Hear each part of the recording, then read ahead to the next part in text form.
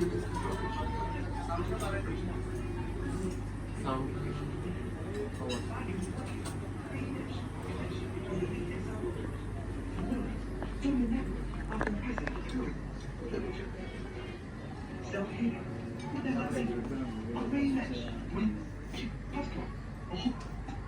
more switching between the networks and the routers. Manages the whole family Wi-Fi by only. Oh, that's all. Meanwhile, you also can change the SSID of the channel and so on. No more disconnection during the operation. The third one will be automatic backhaul link. When sudden disconnection happens between the read and sub router, the wireless self-organizing network will be enabled. That same Re-Mesh can easily build up whole family service roaming, uninterrupted streaming while moving around the home. Especially, rarely feel lacking or even disconnection while switching Wi-Fi signals from one user to another.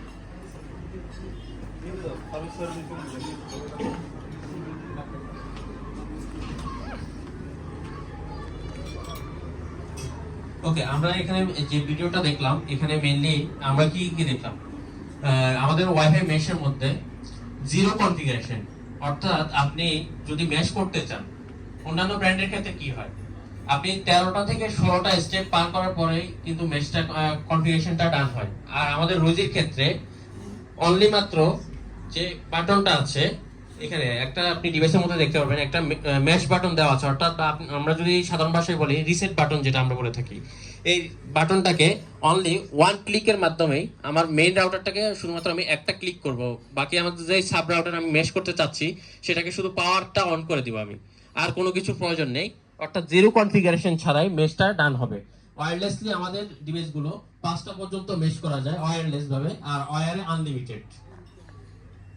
এরপর হচ্ছে আমাদের self healing. Self হিলিংটা কি? Self healing হচ্ছে আপনি যখন একটা রাউটারকে আরেকটা রাউটারের সাথে মেশ করতেছেন, আপনার এখন হঠাৎ করে প্রয়োজন হতে পারে আপনার এসএসআইডি পাসওয়ার্ড এগুলো চেঞ্জ করার।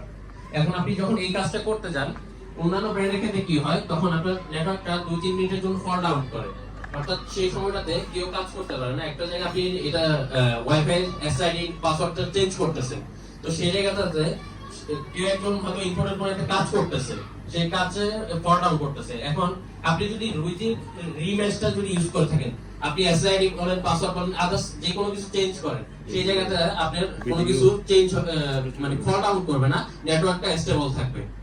এরপরে হচ্ছে সিমলেস রোমিং, সেটা হচ্ছে আমাদের প্রত্যেকটা ডিভাইসে লেয়ার 2 লেয়ার 3 রোমিং সাপোর্ট করে, অর্থাৎ যেটা এসএন বেশি সেই এসএন অনুযায়ী রোমিংটা করবে। এন্ড আমরা একটা জিনিস ভিডিওতে দেখেছি, সেটা হচ্ছে ব্ল্যাক হোল। আমরা ব্ল্যাক হোল সম্পর্কে মোটামুটি একটা জিনিস সবাই জানি যে প্রত্যেকটা ডিভাইসে যখন আমরা রিমেশটা করি, সাধারণত কোনো কারণবশত আমার যেটা সাব রাউটার সেটা কোনো কারণবশত অফ হয়ে গেছে, আমার মেশ কানেকশনটা ছুটে গেছে, তখন আমার যে মেইন রাউটারটা আছে তখন তার সাধ্য অনুযায়ী সে ওই জায়গাটাকে কভারেজ করে নেবে এবং আপনাকে সার্টেন টাইম পর্যন্ত